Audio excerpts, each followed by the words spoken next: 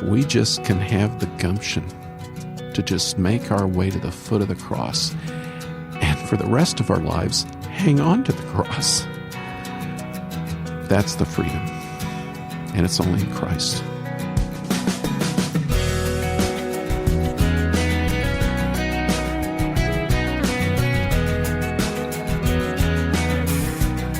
Welcome to First Person, a weekly conversation. I'm Wayne Shepherd, and we'll be talking in a few minutes with a fellow broadcaster, Charles Morris of Haven Today. First Person is here each week at this time for the purpose of getting to know the stories of people who, through good times and bad, always point us to the faithfulness of God to protect and provide for His people. Through the months that this relatively new program has been on the air, we've heard the life stories of people from all walks of life and learned how God has called them and prepared them for His purposes. So if you'd like to go back into the archive and hear from people like Ravi Zacharias, Tony Dungy, Odessa Settles, and many others, simply go to our website, firstpersoninterview.com, click on the archive button, and choose from the growing list of interviews. Again, we're found online at firstpersoninterview.com. As an interviewer, I've always enjoyed listening to Charles Morris on the Haven Today broadcast, as he often interviews guests and ties his topics into Scripture. But as I've gotten to know Charles through the years, I've come to realize there is more to his own story that contributes to his skill and heart as a broadcaster. I recently sat down with Charles at a meeting of the National Religious Broadcasters in Nashville.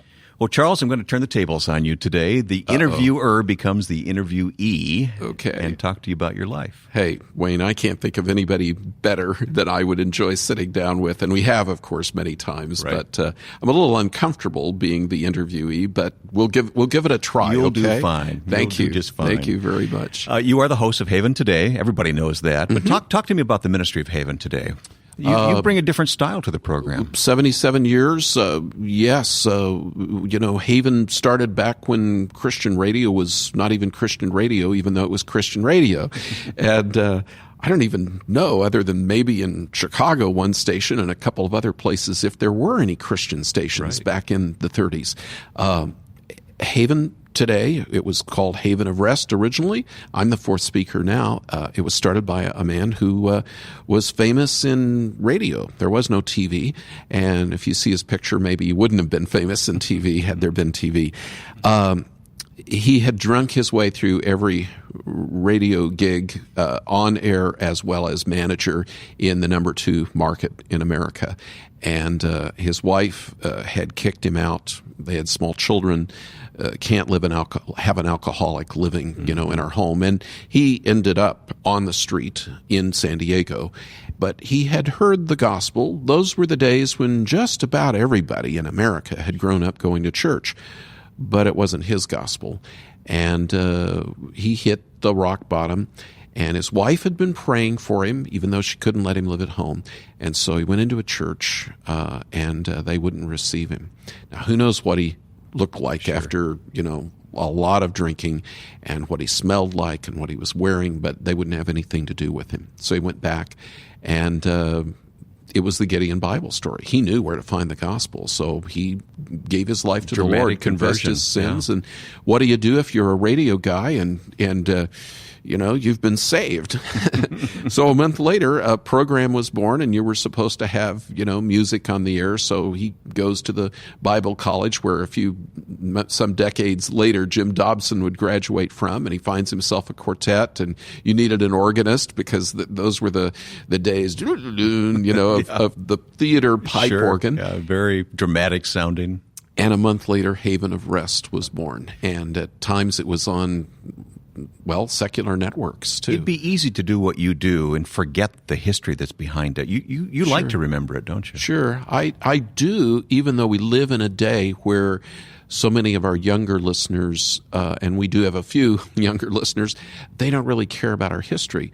But what struck me years later, when I came 11 years ago now to Haven as the speaker, it amazed me that any time I was someplace and the Haven of Rest hymn played, anyone who was over 60 started crying. And I came out of a secular background, and I didn't understand that. It's kind of like taking the trip to Israel and the tour guide that as you're leaving that road from Jericho and the sun is beginning to set, and boom, there's Jerusalem below you, and He puts in Kate Smith singing, the Holy City. It's that kind of an experience. That was surprising to me. My predecessor, Wayne, the third speaker, Ray Ortlund, who died just a couple of years ago, he dropped the rest part because they kept getting phone calls asking if this was a retirement center or a crematorium. He said enough is enough of that. So, and you're grateful you didn't have to deal with that part of it. No, I added a word. I didn't take some words away. Right, so that's another story. I mean, listeners know, but what is your philosophy? How do you approach the program today? You have such interesting guests on. Well, we have a slogan, which really is what Haven has been about forever, telling the great story. It's all about Jesus. And as we hear from our listeners, they call or they email or whatever, we keep hearing back. We think the Lord gave us that, told us, this is your message. What we hear from them is, you're that program that's about Jesus. And some days we do interviews. Some days I'll do a message. But whether I'm talking about shootings in some far part of the world or tsunamis or whatever's going revolutions. on. Revolutions. How does that figure in with the gospel? And I see that as being the main thing that North Americans, and in particular American Christians, have lost sight of. We want to change the world. We want to change things for the better. But we want to do it in light of, tell me what to do. Yeah. So you connect the dots, don't you? I have a duty to point people to the gospel, to Jesus Christ.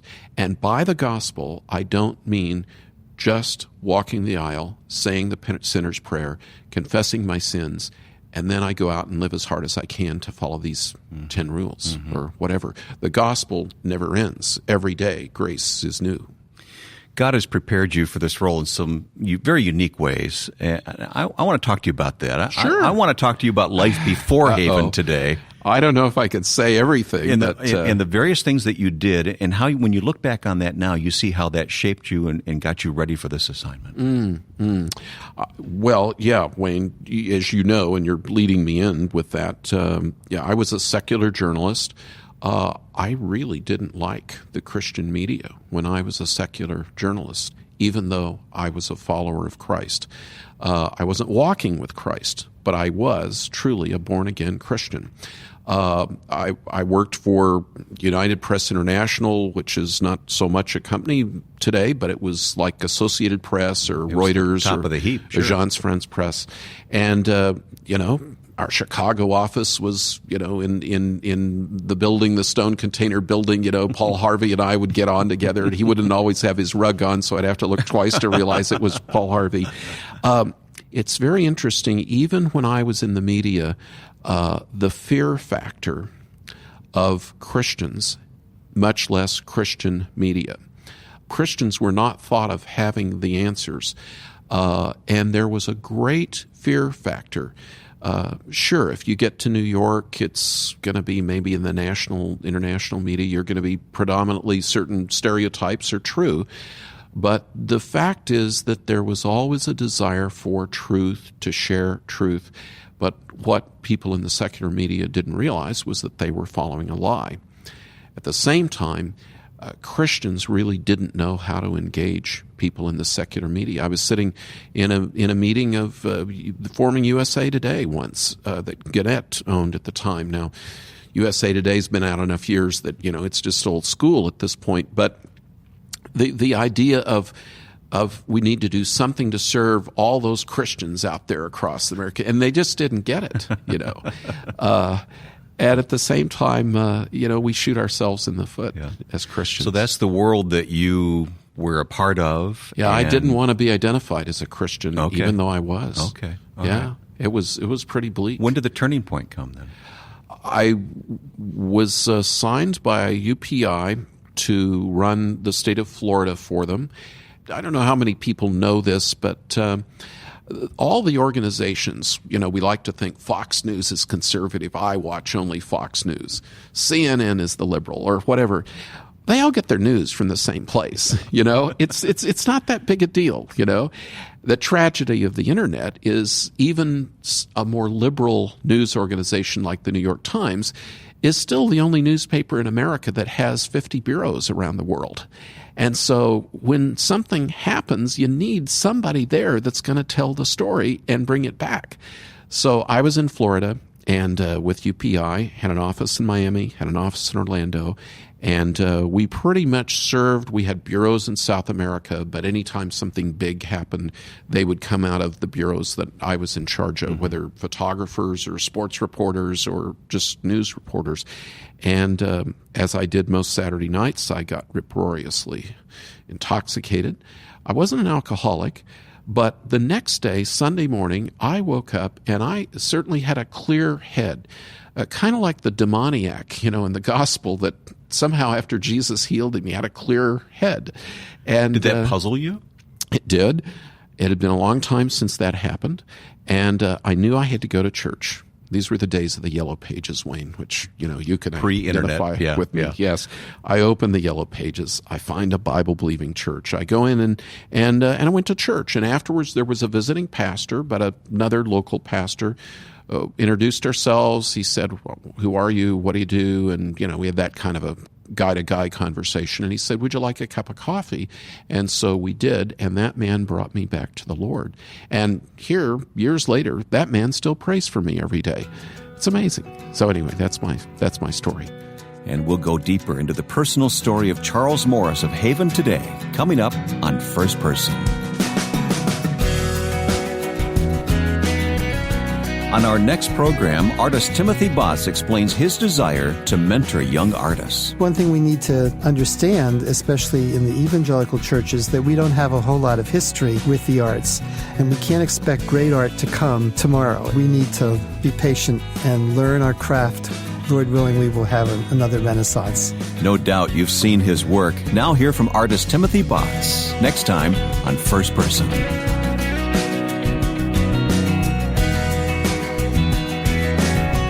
Charles, I love to have people tell their stories here on First Person, and I don't think that we fully can understand your story until we hear about a very painful chapter in the life of your family. Are you willing to talk about that? Yes, I always say yes, Wayne, but, I never know how my emotions, sometimes they hold and, sometimes they don't. But sure, we can try if you'd like to. It revolves around your son. One of your sons. Mm-hmm. Actually, both of your sons, right? It ended up being both. That's right. And that I've never told anywhere other than just in snippets on our program before. Yeah.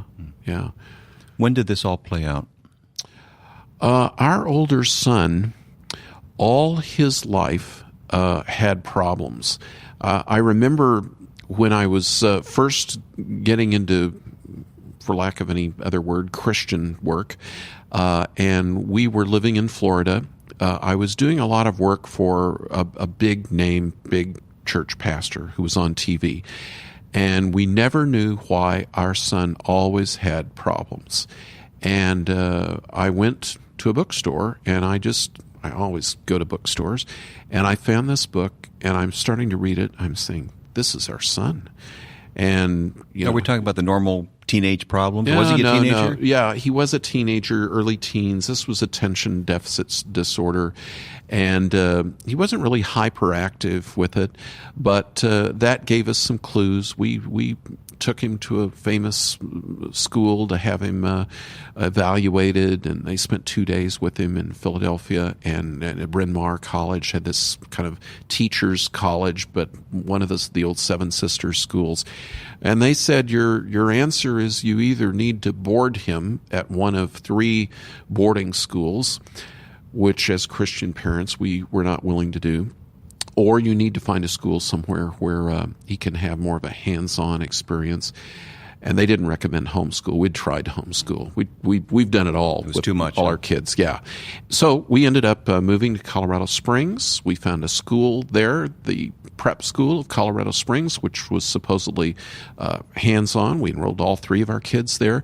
But he, after a year, was kicked out because he told the truth. He did marijuana. The other kids lied. None of them got kicked out. One of those sad stories. Things went to worse. I mean, we tried the boot camp in the Utah desert. which we found out later was run by people we wouldn't agree with. We did our Focus on the Family referral to a counselor.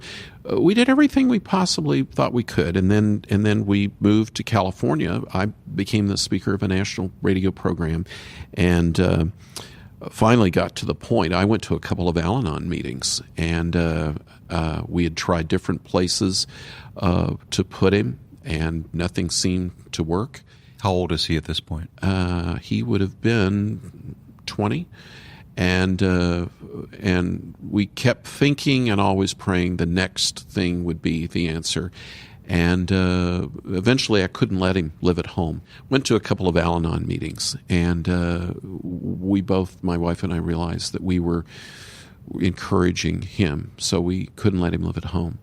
And but eventually he just totally, was on the verge of going to jail. And so one Saturday afternoon, we get a phone call, and it's his girlfriend, and she's screaming in the phone, "He's dead, he's dead, he's dead." And Janet took the call. She said, no, he's not dead, he's not dead. Janet at this point is screaming back. But Janet says, "Where are you?" And they were sharing a place in San Clemente, a block from the beach, and just not even getting by, but other than to support a habit. But he died of a drug overdose. We got in the car. We grabbed our younger son. We have an older child, a daughter, who's married to a pastor in Oregon, and we raced down there. And by the time we got there, the yellow tape was up, and the Orange County Sheriff's officers had already sealed it off, and he really was dead. Interesting when these things happen to you, Wayne. The 6 weeks prior to his death, every Saturday night he'd give me a call, and his girlfriend confirmed this later. He had started reading the Bible again, but he'd call me Saturday night and he'd say, "Dad, how are you?" And I'd say, "Great, how are you, Jeff?" And he'd say, "Dad, can you pick me up? I want to go to church tomorrow. I want to hear the gospel." Not every parent can say this. I got another friend in L.A., and his son never professed faith in Christ. He was shot by police in a high-speed drug chase on the streets of L.A. But, we lost our son about 6.5 years ago now. That's got to be just an almost unbearable pain. I mean, we have the Lord, of course, and if you don't have the Lord, and what do you have in that kind of situation? But describe the pain for you and your wife. You always hear this, and I do believe it's true because I've talked to a lot of other parents since this happened to us. It's one thing to lose a spouse. It's one thing to lose a parent. It's a whole other thing to lose a child. You never get to get over it. My wife and I never know. She'll grieve sometimes. I grieve at other times, and it also can really pull a marriage apart too. Yeah, We've discovered that. I realize that. How did it affect his brother, especially? His younger brother was very, very angry at his older brother for taking his life or accidentally. Mm-hmm. We don't know for sure. The coroner never ruled specifically. We'll never know that for sure. But our younger son was the good little theologian who always had the answers. But about a month before our older son died, we're in church. The communion, the cup is passed, and our younger son did not take communion. And wow. You took note for of that. For a parent, my wife and I both tried to act like we didn't notice, but we swallowed hard, and I teared up. Janet teared up. That was the beginning. He had begun to question his faith.